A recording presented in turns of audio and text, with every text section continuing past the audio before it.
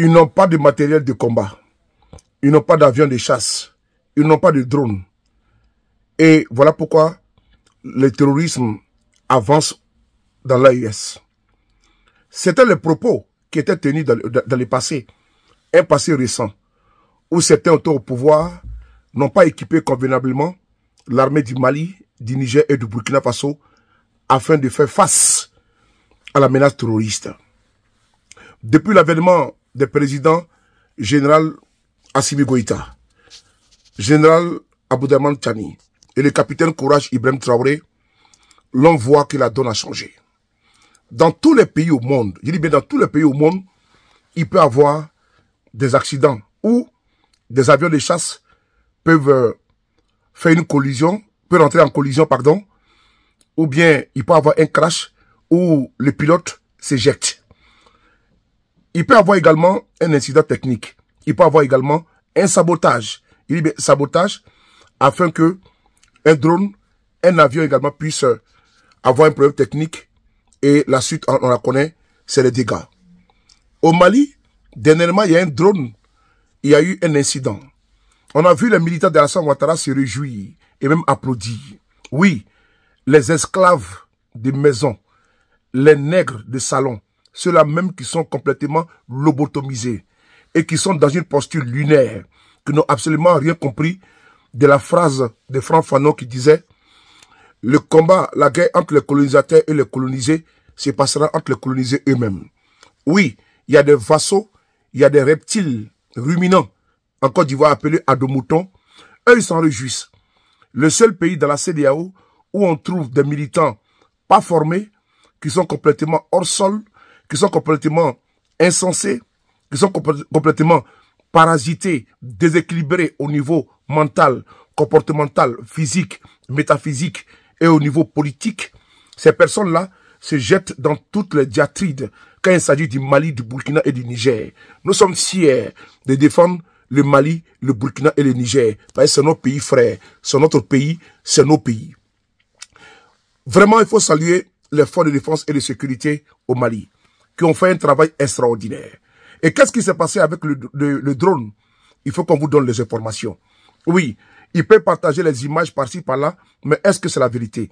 La vérité, elle est tout autre. On va ici voir, même souvent des apatrides, même maliennes, qui se moquent du fait que des drones qui sont payés, qui ont été payés avec l'argent du contribuable malien, afin de sécuriser les pays, les territoires.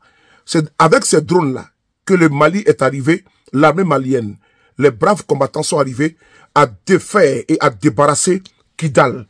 Et Kidal est revenu dans les girons de la République. Ils ont applaudi la libération de Kidal. Mais ça a été fait avec les sueurs, avec le sang, avec le courage, avec la fatigue, avec l'implication des braves combattants.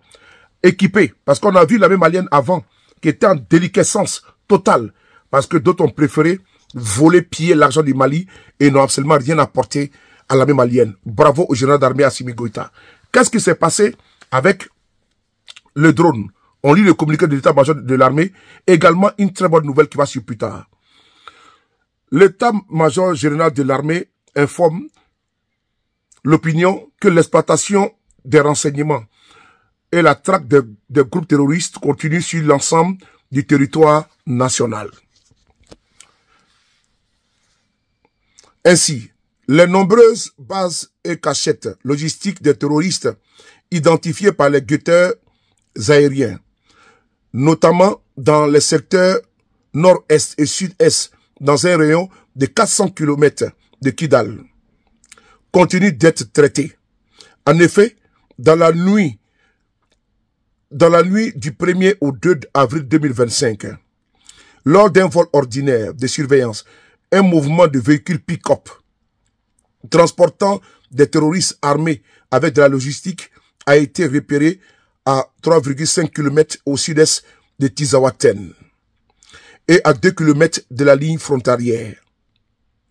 Les renseignements techniques et humains ont permis de recouper et confirmer la nature de la cible qui a été traitée avec succès. L'analyse de l'explosion a posteriori a révélé la présence de grandes quantités de substances explosives l'état-major général des armées demande aux populations de se démarquer des terroristes et de leur refuge. Il met en garde les sponsors des terroristes ainsi que leurs complices. Je vous annonce d'abord cette très bonne nouvelle. Le drone est tombé. Il y a un drone qui est tombé. Mais malgré ça, dans la nuit du 1er au 2, il y a plusieurs drones qui ont été achetés. Ça, c'est pas un problème. L'armée malienne est équipée. L'armée du Burkina est équipée. L'armée du Niger est équipée. Le drone était en patrouille, était en surveillance. Le drone a repéré. Les images, je vais les publier sous la vidéo.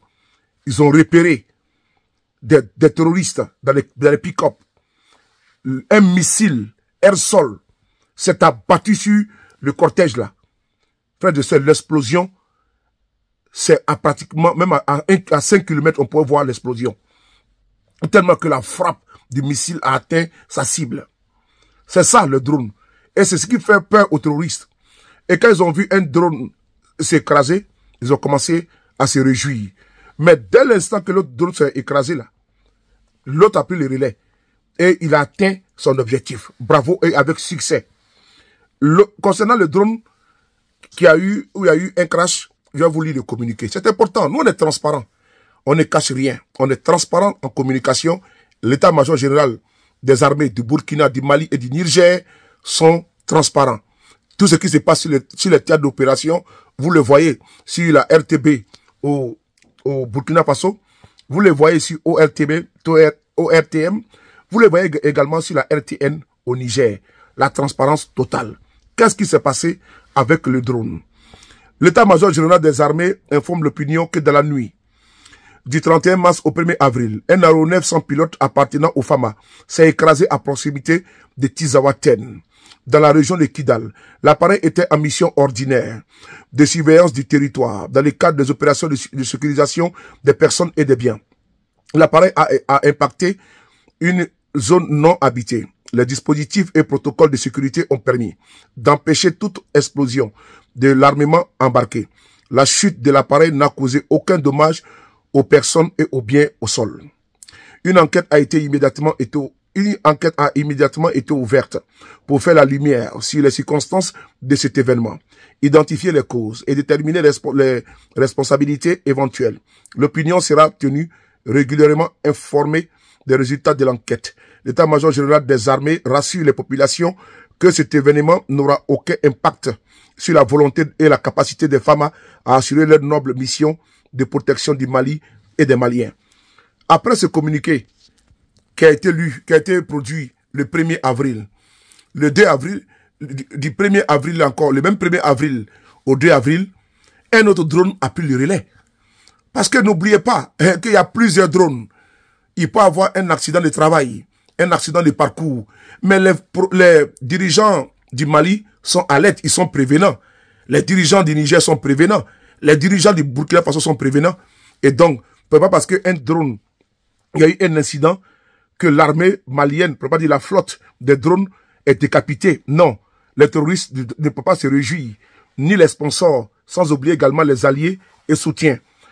Dans la nuit du 1er au 2, un autre drone a pris le relais et puis les terroristes ont été foudroyés. C'est de ça qu'il s'agit. Ne vous laissez pas distraire par les gesticulations, par les distractions des militants de Ouattara en Côte d'Ivoire, sans oublier des apatrides. Et on n'oublie pas également les sponsors et alliés. Vive l'AES, vive le général d'armée Assimi Goïta, vive le général Aboudaman Tchani, vive le capitaine Courage Ibrahim Traoré. On est ensemble.